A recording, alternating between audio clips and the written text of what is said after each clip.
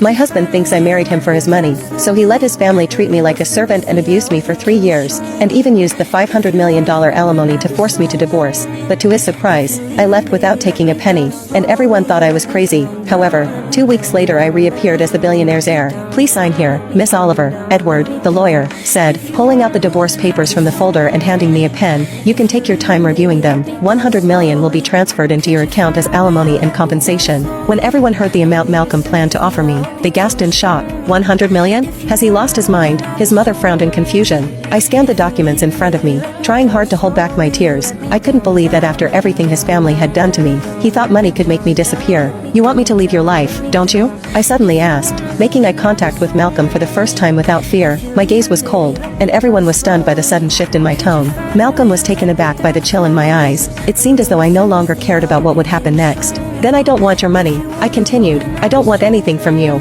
Not 100 million or 100 billion. You can keep it." "What?" Everyone fell into silence, shocked and confused. They all thought I was crazy to reject such a huge amount of money. "Once the compensation is adjusted, I'll sign the papers," I arrogantly declared in front of him. Malcolm was stunned by my refusal of any money. He thought I was playing a game. "Increase the compensation to 500 million, Malcolm announced. "Let's see how long she can keep up this act," he thought to himself maliciously. Hearing the new amount, everyone's eyes nearly popped out of their heads. "I'm very clear with my words, Malcolm Meyer. If I'm going to sign these papers and end our marriage, I won't take a single penny from you," I firmly repeated. Once again, the room fell into shock, and everyone gaped. They couldn't understand why I was rejecting this money, especially since I came from a poor family. "Then, you don't want half of 500 million? Or not even a company?" Malcolm offered calmly, tempting me. I scoffed at his offer and turned to look at everyone in the room, who were all waiting for my answer. I dragged out the word, heightening the tension in the air. "Nothing," I answered clearly, flashing Malcolm a charming smile. He seemed furious at my response. "Now, if you'll excuse me, I have some things to pack,"